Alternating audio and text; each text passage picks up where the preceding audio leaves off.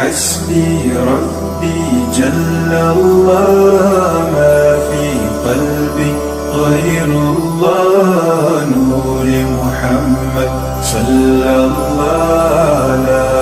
إله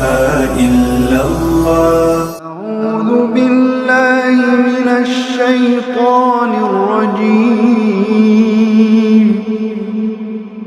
بسم الله الرحمن الرحيم. حدثنا عبد الله بن محمد المسندي قال حدثنا أبو روح الحرمي بن عمارة قال حدثنا شعبة عن واقد بن محمد قال سمعت أبي يحدث عن ابن عمر أن رسول الله صلى الله عليه وسلم قال أمرت أن أقاتل الناس حتى يشهدوا أن لا إله إلا الله وأن محمدا رسول الله ويقيموا الصلاة ويؤتوا الزكاة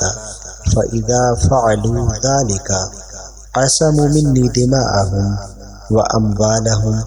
إلا بحق الإسلام وحسابهم على الله.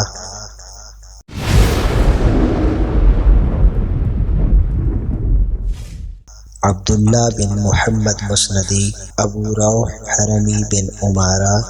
شعبہ واقد بن محمد سے مروی ہے کہ میرے والد ماجد نے حضرت ابن عمر رضی اللہ تعالی عنہما کو حدیث بیان کرتے ہوئے سنا کہ رسول اللہ صلی اللہ علیہ وآلہ وسلم نے فرمایا، مجھے لوگوں سے جہاد کرنے کا حکم دیا گیا حتیٰ کہ وہ گواہی دیں کہ اللہ کے سوا کوئی معبود نہیں اور محمد صلی اللہ علیہ وآلہ وسلم اللہ کے رسول ہیں، اور نماز قائم کریں اور زکوٰۃ ادا کریں۔ جب ایسا کریں تو انہوں نے مجھ سے اپنے خون اور مال کو محفوظ کر لیا مگر جو اسلام کا حق ہو، اور اللہ ان کا حساب لینے والا ہے۔